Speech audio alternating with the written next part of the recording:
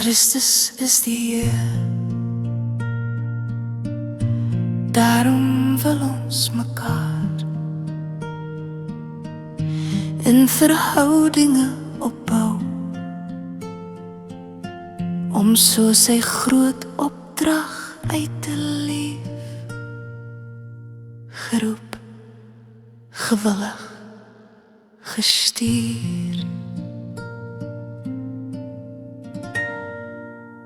Goeiemôre gemeente, dit is lekker om weer eens saam met julle te wees. Dit is die derde van die 3 geleenthede waarby ek die prediking sal doen. Die reeks oor Jesaja waarby ons besig was. Ons het die eerste keer stilgestaan by Jesaja 1 en gekyk na die oordeel wat die Here ook oor sy volk uitgespreek het. Laas keer Jesaja 40 wat ons gekyk het na die troos wat as 'n troosboodskap wat na die volk toegekom het terwyl hulle in ballingskap was. En dan vandag gaan ons kyk na Jesaja 65 en ons gaan dit doen onder die tema van hoop. Nou hoop is 'n besondere ding, maar dis ook 'n ding wat moeilik is om te verstaan. Dis moeilik om uit te druk, soos wat ons dit ook later sal sien as ons luister na die woord van die Here. Maar kom ons luister nou eers na 'n lied. Dis 'n baie bekende gesang in ons liedboek, die heel laaste lied, lied 602. Wat juis oor hoop praat. Die woorde is bekend, ek sien 'n nuwe hemel kom. Dit kom toevallig die woorde ook uit ons teks vir vandag. Kom ons luister na die paar verse wat gesing word en dink gewoon na ook oor waarvoor het jy hoop nodig? Wat is dit in ons wêreld wat jy tans as hopeloos beskou? Iets wat eintlik geen hoop voor is nie. Terwyl ons luister na die lied, kom ons dink dan ook daaroor na.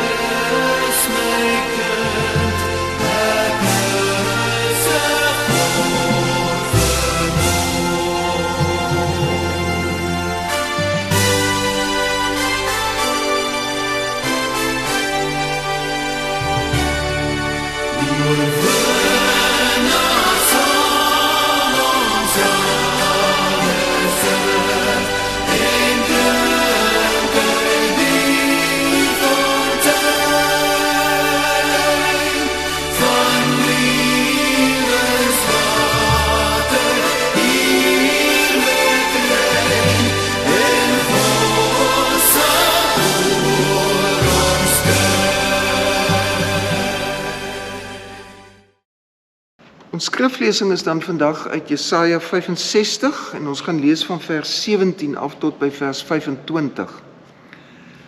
Ek gaan 'n nuwe hemel en 'n nuwe aarde skep. Aan die vroeëres sal nie meer gedink word nie. Dit sal nie in mense se gedagtes opkom nie. Maar wees bly en juig vir altyd oor wat ek gaan skep. Ja, kyk, ek gaan Jerusalem skep as iets om oor te juig en aan volk tot 'n vreugde. Ek sal oor Jerusalem juig en oor my volk bly wees. In haar sal die klank van gehuil nie weer gehoor word nie. Ook nie die klank van 'n geroep om hulp nie. Daar sal nie meer 'n suigeling wees van net enkele dae of 'n bejaarde wat nie sy lewensdae voltooi nie. Want die jongste sal op 100 jaar sterf en wie nie 100 jaar bereik nie, sal as 'n vervloekte beskou word. Hulle sal huise bou en bewoon. Hulle sal wingerde plant en die vrugte daarvan eet. Hulle sal nie bou sodat 'n ander dit bewoon of plant sodat 'n ander dit eet nie, want soos die lewensdae van 'n boom sal die lewensdae van my volk wees. Die arbeid van hulle hande sal my uitverkorenes self geniet. Hulle sal hulle nie te vergeefs vermoei nie. Hulle sal nie kinders verwek vir 'n verskriklike lot nie, want hulle sal 'n geslag geseëndes van die Here wees en hulle nakomelinge saam met hulle. Nog voordat hulle roep, sal ek hom antwoord. Hulle sal nog besig wees om te praat, dan verhoor ek hulle al. 'n wolf en 'n lam sal saam wei. 'n leeu sal soos 'n bees hooi eet, maar 'n slang stof sal sy kos wees. Mense sal nie kwaad aanrig of hulle wangedra nie, nêrens op my hele heilige berg nie, sê die Here. Ons lees net tot hier. Broers en susters, laas Sondag het ons op 'n hoogtepunt afgesluit. U sal onthou dat die boodskap was juis ook gewees dat daar in die ballingskap deur die profete van destyds die boodskap gekom het na die ballinge toe om te sê die uitkoms is hier. Die Here wil julle troos. Die uitkoms is hier, want die Here is die een wat vir julle ook 'n gesalfde gaan voorsien, 'n Messias wat vir julle weer sal uitlei na julle land toe. Dit sal julle lot verander. Want dan het ons gesien dat heel verrassenderwys en selfs dalk onverwags word dan ook bekend gemaak in die boek Jesaja dat hierdie Messias, hierdie gesalfde is Kores, die Persiese koning, 'n vreemde koning. Aanvanklik was mense in die ballingskap ook skepties daaroor om te sê, hoe gaan dit ons help as 'n vreemde koning, 'n ander vreemde koning nou oor ons sal heers? Maar dan was daar ook vreugde, toe dit blyk dat hierdie koning 'n ander rigting sal inslaan en dat hy die ballinge uiteindelik sal toelaat om na hulle huis toe terug te keer. Dit het dan inderdaad ook gebeur in 538 voor Christus, soos wat ons op die tydlyn kan sien op die skerm.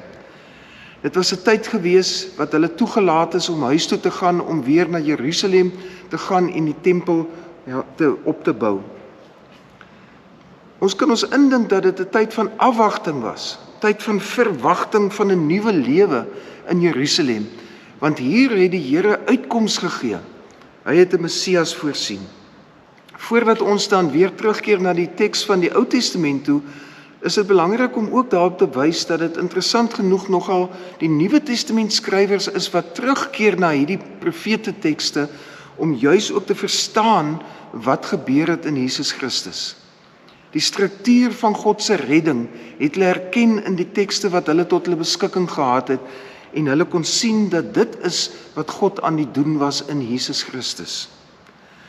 Dit is nie dat die Ou Testament tekste noodwendig Jesus Christus voorspel het nie, en ons kan nie dink dat die profete van ouds dit noodwendig geweet het nie. Maar ons weet wel dat die Nuwe Testamentiese skrywers deur die lens van dit wat met Jesus gebeur het, kon terugkyk na die Ou Testament of na die geskrifte van hulle tyd en daarin kon herken, dit is God wat aan die werk is ook nou weer in Jesus Christus. Maar dan was daar twee baie duidelike verskille.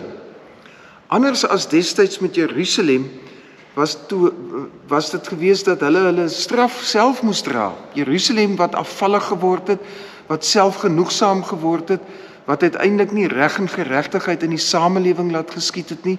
Hulle moes self hulle straf dra en dit is waaroor ons dan in Jesaja 1 ook gesien het, dat die strafboodskap, die oordeelsboodskap aangekondig word. Maar dan sien ons in Jesus is dit anders.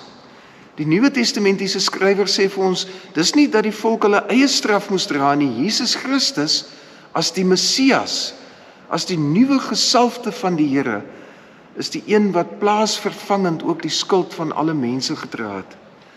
Wat plaasvervangend uiteindelik gesterf het in die plek van almal wat sondig is. Dit is presies wat ons ook op Goeie Vrydag gedenk het in die afgelope weke. Nog 'n verskil is naamlik dat die ballinge gehoor het dat 'n Messias, 'n vreemde aardse koning, vir hulle sou laat huis toe gaan, vir hulle sal toelaat om terug te keer uit die ballingskap uit.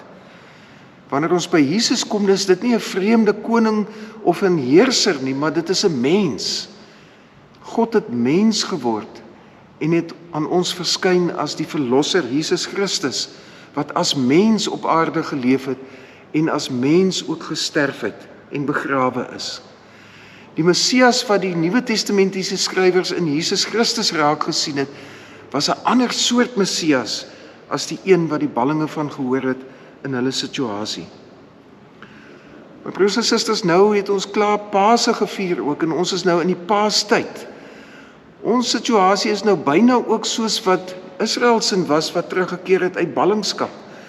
Wel wetende dat hulle bevry is, wel wetende dat die straf klaar gedra is. Nou is dit 'n tyd van afwagting. Nou is dit 'n tyd om terug te kom in Jerusalem en hierdie nuwe lewe wat die Here vir hulle gegee het ook dan te kan vier. Maar ons lees in die Bybel in verskillende plekke dat die terugkeer uit ballingskap was eintlik in vele opsigte 'n teleurstelling vir die volk. Hulle het groot verwagtinge gehad van hierdie tyd. Sommige het gemeen dat die koningskap van Dawid weer heropgerig sou word. Asof die koningskap van Juda, soos wat dit voor die ballingskap bestaan het, eenvoudig voortgesit moes word en dan sou alles reg en normaal wees. Ons weet ook dat die eerste leier wat ballinge uit ballingskap uit teruggelei het na Jerusalem, Zerubabel, word ook op party plekke in die Ou Testament aangedui as 'n afstammeling van Dawid. En dit het hulle laat glo dat die Here eintlik weer gaan sorg dat daar 'n Dawidskoning onder hulle sou opstaan. En dan gebeur dit nie. Dan bly hulle onder die heerskappy van die empire, van die Persiese ryk. Ons weet ook dat daar aanvanklik min energie by die mense was om die tempel te herbou. Ons lees in die boek Haggai die profesie van 'n profeet wat in hierdie tyd ook in Jerusalem geprofeteer het. Hierdie profeet kom sê vir hulle, julle het vir julle self lieflike huise gebou, luukse huise en julle kan alweer gerieflik voortleef, maar die tempel van die Here, die huis van die Here is steeds in ruïnes. Julle het nie energie om hierdie tempel te herbou nie. En dit is dan ook wat julle te doen staan. Die boek Haggai getuig gelukkig ook daarvan dat later daar dan aan die werk gespring is en dat die tempel herbou is. Maar dan toe die tempel klaar herbou is, toe blyk dit dat hierdie tempel nie naaste by so glorieryk is as wat die tempel van Salomo destyds was nie. Sommige mense wat dalk oud genoeg was, wat die ballingskap oorleef het, het dalk selfs nog die tempel van Salomo voordat dit vernietig is in Jerusalem gesien. En groot was hulle teleurstelling, want die ou tempeltjie wat nou gebou is na hulle terugkeer uit ballingskap, was 'n vaal ou tempeltjie in vergelyking met Salomo se. Hulle sou miskien selfs die vraag gevra het, sou die Here weer kans sien om in so 'n tempel te bly, terwyl hy gewoond was om in die Salomo tempel te bly wat glorieryk was. En dit het natuurlik die situasie nie gehelp nie, dat op hierdie selfde stadium met 'n nuwe Persiese koning, koning Darius die Grote, ongeveer in 515 voor Christus, soos ons op die tydlyn kan sien, ook 'n glorieryke stad Persepolis gebou in die Persiese ryk. Dit sou een van die sentra word waar die Persiese ryk ten volle tentoongestel is. Ons weet ook dat in Persepolis, soos wat in sommige van die ander stede die geval was daar 'n audiensiesaal vir die koning, die Apadana soos dit genoem is. En as 'n mens aangekom het na hierdie audiensiesaal, het jy die trappe weerskante van die ingang gesien en was daar uitbeeldings van al die volkere van die bekende wêreld wat met hulle geskenke gekom het om die koning te kom eer, soos wat ons ook in die foto kan sien wat op die skerm verskyn. Hierdie Apadana trappe was in 'n sekere sin deel van die koningsideologie. Dit wil sê dat hierdie Persiese heersers bring vrede. Hulle is diegene wat vrede vir die wêreld bring en daarom sal al die nasies in vrede kom om hulle eer te betoon aan die Persiese koning. Maar broers en susters, ons weet uit die geskiedenisbronne uit dat die Perse nie naaste by net vrede bewerkstellig het nie, maar gereeld ook oorlog gemaak het. Ons weet van verskillende veldslae wat plaasgevind het. Ons weet dat die Persiese koninkryk ook sy magsgebied wil uitbrei in die noorde van Egipte in. Selfs ook in wat vandag Turkye is, Klein-Asië, in die Griekse wêreld in, en weet ons ook van telke veldslae wat daar met die Griekse wêreld plaasgevind het, die stadsstate van die Griekse wêreld.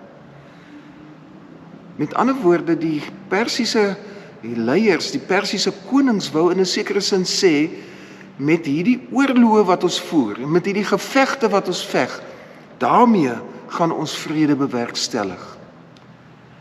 Nou dis in hierdie selfde tyd dat die tempel in Jerusalem gebou word. Hierdie tempel wat hulle gemeen het, dalk nie eers goed genoeg is, dat Jahwe die Here daar sou kon bly nie. Maar broers en susters, hulle het ook baie goed geweet, dat hulle moet in hulle spoor trap, hoewel hierdie Persiese ryk vrede probeer bewerkstellig, hoewel dit uitgebeeld word in die audiensiesaal se trappe, dat mense in vrede kom om hulle geskenke te bring, sou enige iemand wat daar op besoek gegaan het ook agtergekom het, dat as 'n mens opstap met die trappe, aan die binnekant van die trappe wat jy nie van buite af kan sien nie, staan 'n ry soldate, uitgebeeld op die reliefs van die trappe. Jy sien dit ook in die foto op die skerm. Met ander woorde, enige iemand wat hier nader kom na die Persiese koning toe moes weet, oppas, strap in jou spore, bring julle tribuute en julle belastings, want anders is ons gereed om ook korte mette te maak met julle. Nou al hierdie dinge bring teleurstelling. Hulle weet van die Persiese ryk wat hulle uit ballingskap verlos het, maar hulle sien dat die vrede waaroor dit hier gaan, is nie die vrede wat hulle gemeen het na hulle kant toe sou kom nie. Al hierdie dinge laat hulle dan ook worstel met die vraag, wie is ons nou in hierdie situasie? Wie is ons nou, terwyl ons glad nie ons eie koning het nie, ons ou vaal tempeltjie in Jerusalem het, wie is ons nou as die Here se volk hier in Jerusalem en in Juda? Wat sal die Here hom nou aan ons steur? Aan die ander kant is dit ook so dat hulle sou wonder, wat is ons politieke identiteit? Ons is onder die heerskappy van die Persiese regering, ons moet belastings betaal aan hulle. Wat is ons status ook binne die groot ryk van die Perse? Verder sou hulle dalk gewonder het, maar wat beteken dit dat ons eie godsdiens beoefen, want die Persiese ryk het omtrent al die omgewingse mense toegelaat om hulle eie godsdienste weer te gaan beoefen in hulle eie tempels. Dit was 'n konteks van diversiteit.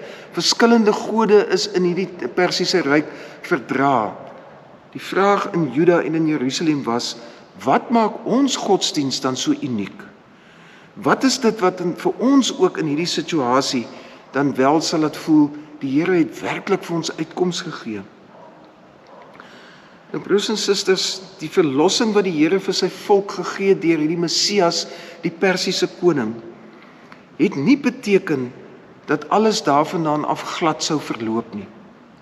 Dit het hulle nie gevrywaar van 'n deurmekaar wêreld nie. En dit het hulle geweet op hierdie stadium met die Persiese optrede van allerhande oorloë en gevegte wat hulle geveg het, maar ons weet ook uit die latere geskiedenis van ou Israel, soos wat ons op die tydlyn kan sien op die skerm, dat daar ook later nie net voorspoed op hulle sou wag nie, maar juis ook teenspoed en vernietiging. Later sou Alexander die Grote kom, die Griekse veldheer, en hy sou die magsgebied van die Persiese ryk weer oorneem. Ons weet ook dat na Alexander die Grote se dood, het van sy generaals die ryk oorgeneem en was hulle in gevegte met mekaar om te kyk wie die oppermag sou kon hê. Uiteindelik is daar Syriese heersers wat juis ook met hierdie generaals dan na vore gekom het, wat ook Jerusalem en die tempel in Jerusalem kom minag het en belaglik maak het deur allerhande onrein offers op die altaar in die tempel te offer. En steeds sou die provinsie onderdruk wees van die politieke mag van 'n empire, van die groot ryk van die Syriese heersers. En om alles te kroon dan nog, kom die Romeine ook nog later in die prentjie. Die Romeine wat kort voor die geboorte van Christus op die toneel verskyn, hulle kom en hulle breek uiteindelik 'n glorieryke tempel wat deur Herodes gebou is, ook weer af in 70 na Christus. So as ons na die hele geskiedenis van ou Israel kyk, dan kan 'n mens met reg vra, wat het hierdie uitkoms werklik beteken? Hulle is nie 'n gladde pad beloof nie. Dit sou nie uitloop daarop dat hulle uiteindelik net vrede sou beleef nie, maar so blyk dit ook weer moeilike en onstuimige tye in hulle geskiedenis. Nou broers en susters, ons sou kon sê, dit alles is rede vir wanhoop. As ons in so 'n situasie was, dan sou ons nie gehoop het nie, maar sou ons wanhoopig gewees het. En so lyk dit inderdaad ook uit menslike perspektief. Maar wanneer ons onthou dat God, die ewige God, die onveranderlike God, ook telkens weer nuut is, dan open dit vir ons vergesigte. Dan wil dit vir ons uiteindelik ook 'n boodskap van hoop laat opklink. En dit is presies waarmee ons vandag dan gekonfronteer is in Jesaja 65. 'n Boodskap van hoop in 'n onstuimige wêreld. 'n Boodskap wat begin met hierdie frase: ek gaan 'n nuwe hemel en 'n nuwe aarde skep. En ons weet hiermee het die profete boodskap eintlik al aangesluit by Genesis 1. Ons lees in Genesis 1 dat God het die hemel en die aarde geskep. En so sê hierdie teks gaan God dit weer doen. En dan is dit interessant dat die werkwoord wat hier gebruik word in die Hebreëus, bara word dit genoem.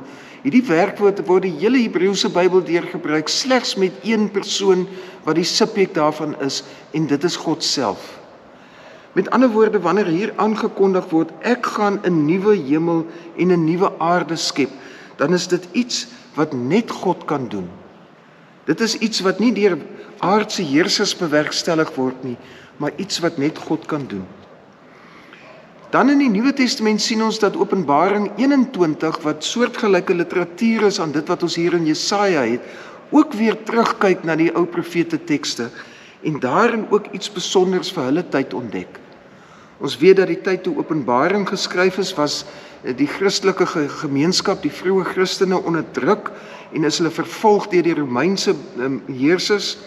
En dan kom hierdie volgende boodskap en hoor net hoe anders klink dit as wat ons in Jesaja 65 het.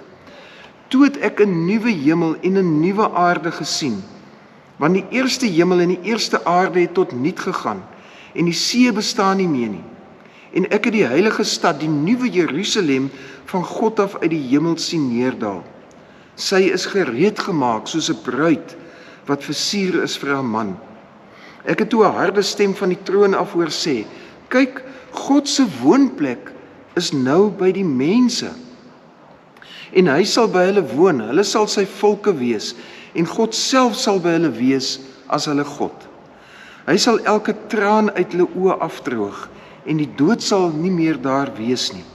Ook nie rou of 'n gehuil of pyn sal meer bestaan nie, want die eerste dinge het verbygegaan.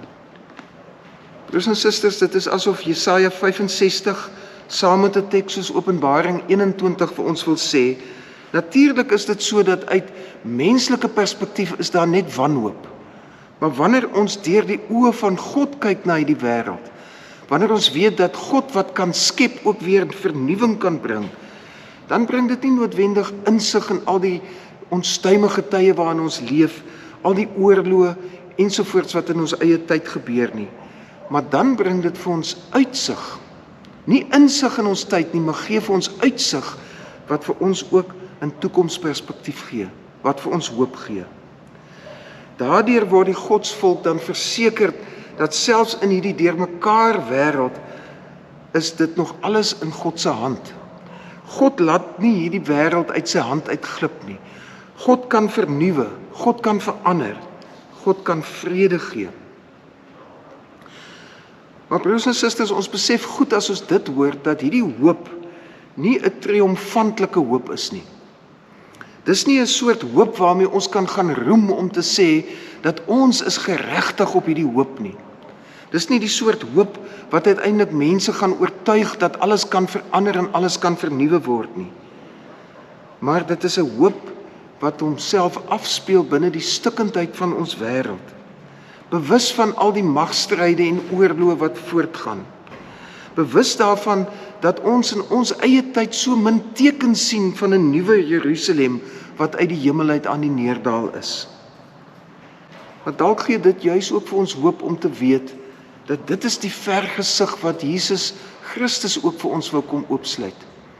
Ons weet dat Christus opgestaan het, die dood oorwin het en vernuwing bring, dat die Heilige Gees ons wil vernuwe om elke dag ook opnuut hierdie hoop aan te gryp en hierdie hoop uit te leef. Broers en susters, ons het gesien in die afgelope 2 weke en ook vandag, dat die lotgevalle van God se volk en hulle godsdienstbeoefening was ingebed in die historiese omstandighede van destyds. Maar ons besef ook nou, dat dit is uiteindelik, is dit nie beheer deur die wêreldomstandighede nie. Die historiese omstandighede het nie die godsdienstbeoefening van ou Israel ingesluit nie. Jesaja 65 beklemtoon dat hulle nie uitgelewer was aan die historiese omstandighede nie. Dit beklemtoon dat ook ons in ons eie tyd nie uitgelewer is aan die historiese omstandighede waaraan ons blootgestel word nie. Die boodskap van Jesaja 65 bied nie net vir die toehoorders van Jerusalem en nie, maar ook vir ons as mense van die Christelike gemeenskap, bied dit hoop in 'n stikkende wêreld. Dit laat ons nie ontsnap uit hierdie stikkende wêreld nie, maar dit gee vir ons hoop.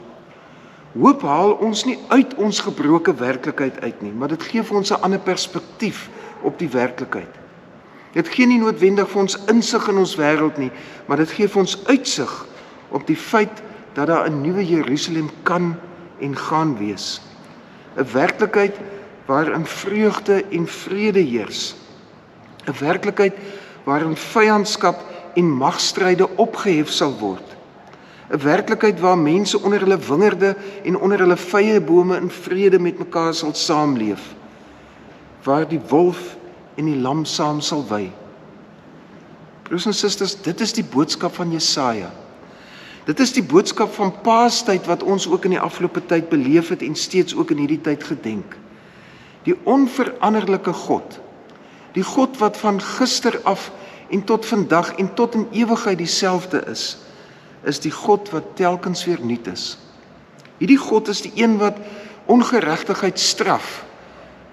Hierdie God is uiteindelik die een wat ook troos en uitkoms gee. En hierdie God is die een wat hoop gee in 'n hopelose wêreld. Amen. Gemeente, ons gaan nou weer luister na 'n musieksnit. Die vorige 2 Sondae het ons na 2 klassieke gedeeltes geluister. Vandag is dit 'n bietjie 'n anderste lied wat ek gaan voorspeel. Dit is van die sanger Chris Rea, 'n popsanger, wat so 'n paar jaar gelede oorlede is en wat 'n baie treffende lied sing wat ek 'n hele klomp jare gelede vir die eerste keer gehoor het en wat steeds ook by my bly vassteek het. Die titel van hierdie lied is Tell Me There's a Heaven. Ons luister aandagtig daarna terwyl die woorde van hierdie lied ook op die skerm sal verskyn.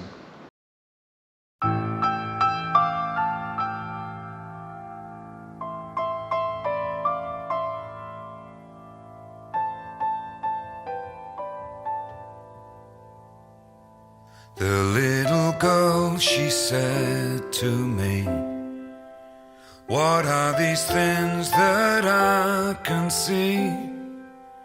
Each night when I come home from school, when Mama calls me in for tea. Oh, every night a baby dies, and every night her mama cries. What makes those men do what they do to make that person black and blue? Grandpa says they're happy now. They sit with God in paradise with angels' wings, and still somehow it makes me feel like ice. Tell me there's a heaven. Tell me that it's true. Tell me there's a reason why I'm seeing what I do. Tell me there's a heaven where all those people go.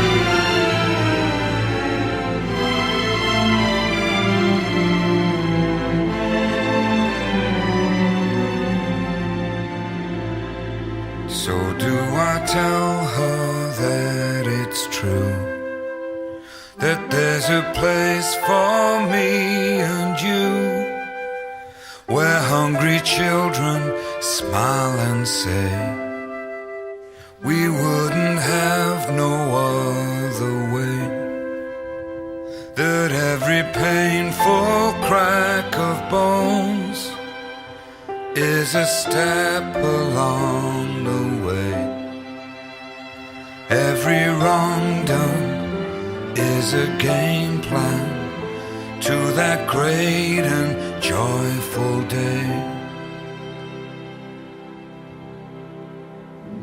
And I'm looking at the Father and the Son, and I'm looking at the mother and the daughter, and I'm watching them in tears of pain, and I'm watching them suffer. Don't tell that little girl, tell me.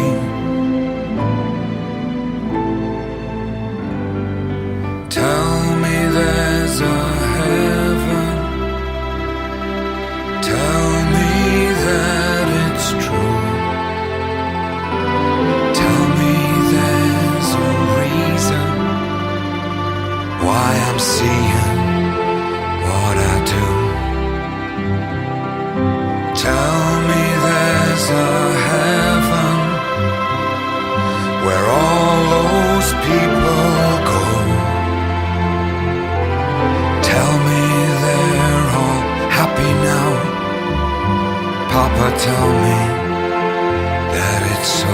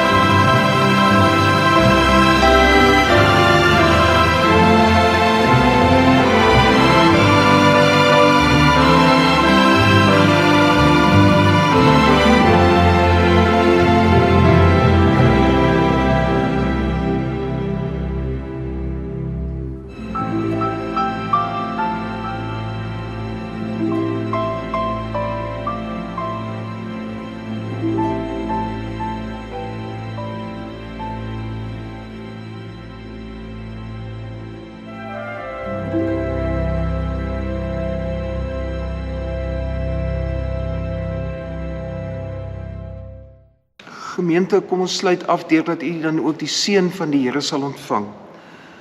Mag die Here vir ons seën en ons beskerm. Mag die Here sy aangesig oor ons laat skyn en ons genadig wees. Mag die Here sy aangesig na ons toe oplig en mag hy vir ons vrede en vreugde gee. Amen. My maand se barmhartigheidsaksie tema fokus op haweloses en mishandeldes. Daarom samel ons warm klere, reënklere, komberse en voedsel in wat ons vir Safe House en Stellenbosch nagskuiling wil skenk. Die deuroffer sluit aan met die tema en gaan aan Stelsorg, Stelcare, MES Kaapstad, Safe House, Stellenbosch nagskuiling en die ekologie bediening.